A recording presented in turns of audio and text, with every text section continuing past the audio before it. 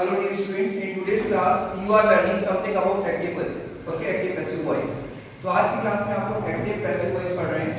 तो active voice पहले तो आपको समझना एक्टिव वॉइस होता क्या है. एक्टिव वॉइस एक सेंटेंस एक्टिव वॉइस तब होता है जब उस सेंटेंस का जो सब्जेक्ट होता है वो किसी काम को करता है. जैसे एक्टिव का हिंदी अर्थ होता है सक्रिय अर्थात किसी काम को करने वाला. तो कहने का मतलब ये है कि वो वर्ब एक्टिव वॉइस में कह रहा है कि जिसका सब्जेक्ट किसी काम को करता है या करेगा. जैसे यदि मैं बोलता हूँ कि मैं इंग्लिश बोलता हूँ, आई स्पीक इंग्लिश, तो यहाँ मेरे द्वारा कोई काम किया जा रहा है इंग्लिश बोलने का. ठीक है ना. आप खाना बनाते हो, यू कुक फूड, तो यहाँ आपके द्वारा खाना बनाने का काम किया जा रहा है, तो यू एक्टिव. ठीक है. यदि मैं ठीक है, ये समझ में आ गया आपको. अब हम पैसिव की बात करते हैं. पैसिव का हिंदी अर्थ होता है निष्क्रिय निठल्ला अर्थात किसी काम को ना करने वाला. जब किसी सेंटेंस का सब्जेक्ट किसी काम को नहीं करता बल्कि सब्जेक्ट पे ही काम किया जाता है, तो ऐसा जो सेंटेंस होता है वो पैसिव वॉइस में कहलाता है. जैसे आप देख रहे हैं कि भाई आई स्पीक इंग्लिश, मैं इंग्लिश बोलता हूं, ये एक्टिव वॉइस हो गया. अब मैं बोलता हूं कि भाई अंग्रेजी मेरे द्वारा बोली जाती है, तो इंग्लिश इज स्पोकन बाय मी. जैसे आप कार चलाते हो, यू ड्राइव अ कार, लेकिन यदि मैं बोलूं कि कार आपके द्वारा चलाई जाती है, a car is driven by you, तो ये कार जो है हमने ऑब्जेक्ट को जब प्रोमिनेंस दिया, जब हम ऑब्जेक्ट को प्राथमिकता देते हैं तो पैसिव वॉइस कहलाता है. ठीक है ना. So there are some certain rules how we can convert an active voice sentence into a passive voice sentence. Active voice sentence को पैसिव वॉइस में बनाने के कुछ रूल्स होते हैं, जैसे कि मैंने आपको लिखा है. First rule, what is the first rule? सबसे पहले एक्टिव वॉइस के ऑब्जेक्ट को सब्जेक्ट के प्लेस पर रखते हैं. ठीक है. और इसके कुछ रूल्स है. यदि ऑब्जेक्ट कोई प्रोनाउन होता है, सर्वनाम होता है, तो उसमें परिवर्तन कुछ चेंजेस किए जाते हैं. जैसे यदि मी होता है तो आगे आके आई हो जाता है. यदि अस लिखा है तो अस को क्या हो जाता है, वी हो जाता है. यदि यू लिखा है तो यू रहेगा. यदि यहाँ पर हिम लिखा है तो हिम का ही हो जाएगा. हर लिखा है तो शी हो जाएगा. देव लिखा है तो देव हो जाएगा. इट का इट हो जाएगा. यदि कोई नाम लिखा है, राम श्याम सीता कुछ भी लिखा है, तो वो नाम वैसा का वैसे आ गया है. ठीक है. तो सबसे पहला रूल ये है कि एक्टिव वॉइस को ऑब्जेक्ट को सब्जेक्ट के प्लेस पर रखते हैं. सेकंड रूल नंबर 2 ये है कि एक्टिव वॉइस के सब्जेक्ट को ऑब्जेक्ट के प्लेस पर लेके जाते हैं. और यदि सब्जेक्ट कोई प्रोनाउन जैसे आई है तो आई को लास्ट में जाके वी हो जाएगा. यदि वी लिखा है तो लास्ट में जाके अस हो जाएगा. यदि यहाँ पर यू लिखा है तो लास्ट में जाके ठीक है यू हो जाएगा. यदि यहाँ पर शी लिखा है तो शी का हर, ही का हिम, दे का दे, इट का इट. यदि कोई राम नाम लिखा है, कोई नाम दिया है, राम श्याम सीता कुछ भी नाम लिखा है, नाम दिया है, तो उसको परिवर्तन नहीं करते, उसको वैसे वैसे दिया जाता है. थर्ड रूल जो आता है वो होता है चेंजेस ऑफ टेंसेस. टेंस कैसे चेंज करेंगे. ठीक है. यदि एक्टिव वॉइस का सेंटेंस सिंपल प्रेजेंट टेंस में हो, सिंपल प्रेजेंट टेंस का मतलब ये है कि वहां सेंटेंस में या तो वर्ब का फर्स्ट फॉर्म दिया रहेगा या वर्ब की फिफ्थ फॉर्म दी जाएगी. ठीक है ना. वर्ब की फर्स्ट फॉर्म जैसे गो कम प्ले से, और वर्ब की फिफ्थ फॉर्म जैसे गोस कम प्ले सिट्स ऐसे. ठीक है ना. तो जब सिंपल प्रेजेंट टेंस होता है तो पैसिव वॉइस बनाते समय हमको प्रेजेंट कंटीन्यूअस टेंस की हेल्पिंग वर्ब यूज करनी है. और प्रेजेंट कंटीन्यूअस टेंस की हेल्पिंग वर्ब होती है इज एम. ठीक है ना. इज एम के बाद क्या करेंगे, वर्ब का थर्ड फॉर्म. ठीक है. ये तो सिंपल प्रेजेंट हो गया. सेकंड जो होता है present continuous tense. Present continuous में क्या होता है, एक्टिव वॉइस में सब्जेक्ट होता है, इज एम होता है, वर्ब का फर्स्ट फॉर्म आईएनजी होता है, ऑब्जेक्ट अदर वर्ड्स होते हैं. इसका पैसिव वॉइस बनाते सबसे पहले हमको क्या करना पड़ेगा, ऑब्जेक्ट को सब्जेक्ट के प्लेस पे लेके आएंगे, वो तो ठीक है. उसके बाद वर्ब में हम चेंजेस की बात कर रहे हैं, तो वर्ब में चेंजेस क्या होगा, यहां पर कंटिन्यू जब प्रेजेंट कंटीन्यूअस की बात करेंगे तो इज एम आर के साथ बीइंग लगा के वर्ब का फर्स्ट फॉर्म हमको लगाना पड़ेगा. ठीक है.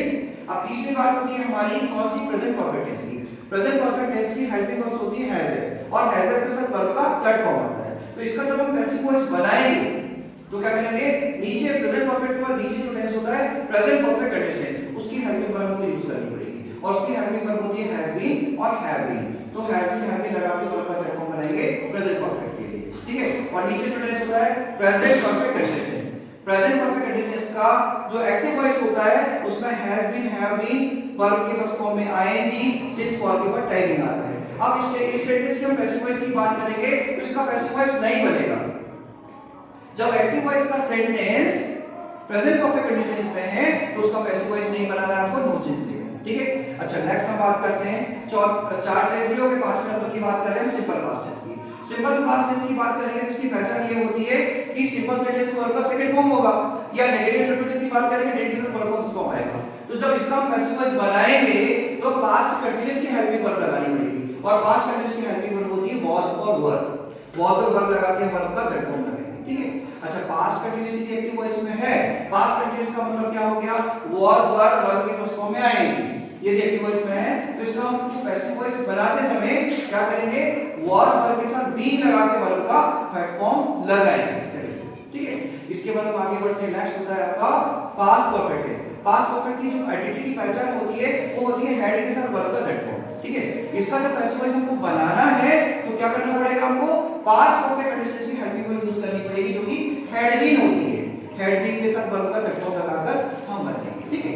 अच्छा, आगे जाते हैं फ्यूचर की लाइन में जब पहुंचते हैं तो सिंपल फ्यूचर की बात करते हैं।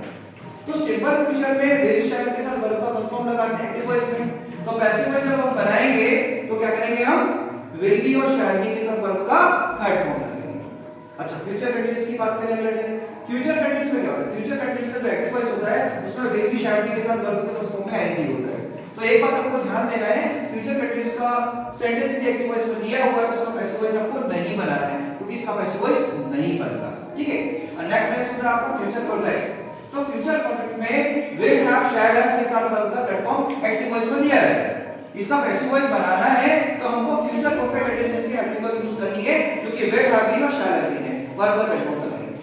उसके बाद नेक्स्ट जो है हमारा फ्यूचर परफेक्ट कंडीशन। इसके एक्टिव वॉइस में will have been shall have been verb के फॉर्म में आएंगी since for from plus line दिया होता है, तो इसका पैसिव वॉइस आपको नहीं करना है, ठीक है। समझ में आ गया। तो हमको एक बात ये बिल्कुल समझ में आ रही है कि एक्टिव वॉइस में हमारे पास कितने 12 टेंसेस होते हैं जबकि पैसिव वॉइस में केवल 8 होते हैं, ठीक है ना। 4 टेंस ऐसे हैं जिनके पैसिव वॉइस हम नहीं बनाते। वो 4 है आपका, पहला प्रेजेंट परफेक्ट कंटीन्यूअस का पैसिव वॉइस नहीं बनता, दूसरा है आपका पास्ट परफेक्ट कंटीन्यूअस का पैसिव वॉइस नहीं बनाते हैं, तीसरा होता है पास्ट परफेक्ट कंटीन्यूअस का भी पैसिव वॉइस नहीं बनता और चौथा होता है फ्यूचर कंटीन्यूअस का पैसिव वॉइस नहीं बनाते, ठीक है ना। अच्छा, आगे बढ़ते हैं, एक बचता है आपका मॉडल वर्ब। मॉडल जैसे can, could, will, could, shall, should, did, must, ought, to, ये मॉडल वर्ब्स होते हैं। इनके साथ जनरली वर्ब का फर्स्ट फॉर्म लगाते हैं। तो इनके जब हम पैसिव वॉइस बनाएंगे कोई भी मॉडल वर्ब को एक्टिव है, जैसे भाई आई कैन स्पीक इंग्लिश लिखा हुआ है, मैं अंग्रेजी बोल सकता हूं, पावर एक कैपेसिटी बता रहा है प्रेजेंटेशन, ठीक है। तो इसका पैसिव वॉइस बनाना है तो क्या हो जाएगा, English can be spoken by me, Angrezi मेरे द्वारा बोली जा सकती है। तो मॉडल में आपको ध्यान देना है कि जो भी मॉडल वर्ब है can, could, will, could, shall, should, did, must, ought, to जो भी लिखी हुई है मॉडल वर्ब के साथ पैसिव वॉइस बनाने समय बी लगाना है और वर्ब का थर्ड फॉर्म लगाना है, ठीक है। अच्छा, एक बात हमको ध्यान देना पड़ेगा कि पैसिव वॉइस सेंटेंस में हमेशा वर्ब की थर्ड फॉर्म लगाते हैं। चलो हम कुछ सेंटेंस समझते हैं, जैसे आई प्ले क्रिकेट, मैं क्रिकेट खेलता हूं, इसका पैसिव वॉइस क्या होगा, आई सब्जेक्ट हो गया, प्ले वर्ब हो गई और क्रिकेट ऑब्जेक्ट हो गया। तो ऑब्जेक्ट को सब्जेक्ट के प्लेस पे लेके जाएंगे तो क्रिकेट आ गया, जैसे क्रिकेट। अब इसमें हेल्पिंग वर्ब इसे मान लगानी है तो क्रिकेट प्लेस और प्ले का थर्ड फॉर्म लगाना है तो क्रिकेट इज प्लेड और आई का क्या हो जाएगा, बाय मी। सो आई क्रिकेट खेलता हूं और cricket is played by me, cricket मेरे द्वारा खेला जाता है, ठीक है। जैसे भाई आप गाना गाते हो तो इंग्लिश हो गया you sing a song, you sing a song, इसका पैसिव वॉइस बनाना है हमको, ठीक है। तो you sing what, a song को आगे लेके जाएंगे अ सॉन्ग, फिर हमको इसे मान लगाना है अ सॉन्ग इज, सिंग का third form sung, a song is sung by you. आप गाना गाते हो पैसिव वॉइस हो गई you sing a song, passive हो गया a song is sung by you. तो ये तो सिंपल प्रेजेंट की बात होगी। यदि हम प्रेजेंट टेंस की बात करते हैं कि भाई मैं इंग्लिश पढ़ा रहा हूं, I am teaching English, I am teaching English, तो इसका पैसिव वॉइस बनाना है तो पैसिव वॉइस में मैं पढ़ा रहा हूं क्या, इंग्लिश, तो इंग्लिश आगे जाएगा इंग्लिश, फिर क्या है इज, फिर लगाएंगे continuous to being, English is being और टी का थर्ड फॉर्म होता है taught, English is being taught by me. मैं इंग्लिश पढ़ा रहा हूं, I am teaching English, active voice है क्योंकि सब्जेक्ट की प्रोमिनेंस है वहां और ऑब्जेक्ट पैसिव वॉइस में ऑब्जेक्ट की प्रोमिनेंस होगी, English is being taught by me, ठीक है। सपोज यदि आप बोलते हैं कि मम्मी खाना बना रही है, my mother is cooking food, यदि इसका पैसिव वॉइस बनाना है तो food is being cooked by my mother, ठीक है, ठीक है। आप इंग्लिश सीख रहे हो, you are learning English, passive हो जाएगा English is being learned by you, तो ये प्रेजेंट टेंस हो गया। अब प्रेजेंट परफेक्ट की बात करें, ठीक है, तो क्या हो जाएगा, I have taught you this lesson, मैं आपको इस लेसन को पढ़ा चुका हूं, पैसिव बनाना है तो मैंने पढ़ाया क्या, दिस लेसन, तो दिस लेसन अब लगेगा has been taught to you by me, this lesson has been taught to you by me, getting not, getting. So these are some basic rules we have to remember rules while converting an active voice sentence into a passive voice sentence. Okay, thank you.